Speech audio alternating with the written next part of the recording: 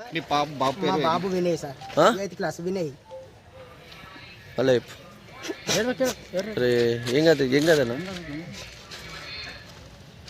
మా బాబు 8th class Vinay అని పేరు.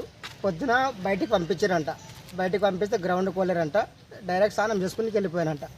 పిల్లలకి అడిగినా మరి మా వాళ్ళు ఎక్కడ పోయారని వచ్చినాక అడిగితే మీ బాబు ఏం చేసినాడు, ఆయన ఏం పేరు వాడని సార్, ఆయన పీటీ సార్ పర్మిషన్ ఇచ్చిండ్రు, మేము పీటీ సార్ పర్మిషన్ తీసుకొని బయటకు వస్తున్నామని చెప్పారు సార్.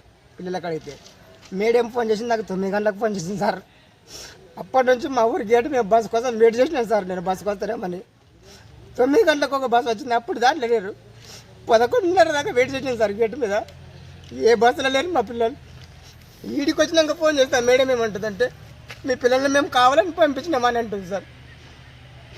మరి ఎట్లా మేడం అంటే చూద్దాం, 4 గంటల దాకా చూద్దాం, అప్పుడు వస్తారంటే అలా కూర్చుంటూ వస్తారా సార్ పిల్లలు. పిఎస్లో కాంప్లీట్ ఏమి ఇచ్చారు? ఏం లేదు సార్, వీడికి వచ్చిపోయారు. మేము కాంప్లీట్ ఏం వెళ్ళాము మేము. మీ బాబు పేరు ఏం పేరు? వినయ్ సార్. ఏ క్లాస్? 8th class sir. మీదెవరు? మోతుకుపల్లి సార్ మాది. బాబు 9th క్లాస్. పేరు? హర్షవర్ధన్. ఏమైందని అడిగింది? ఇక హాస్టల్ కని పంపించినాము. 3 days అయితే. పేరు చెప్పండి.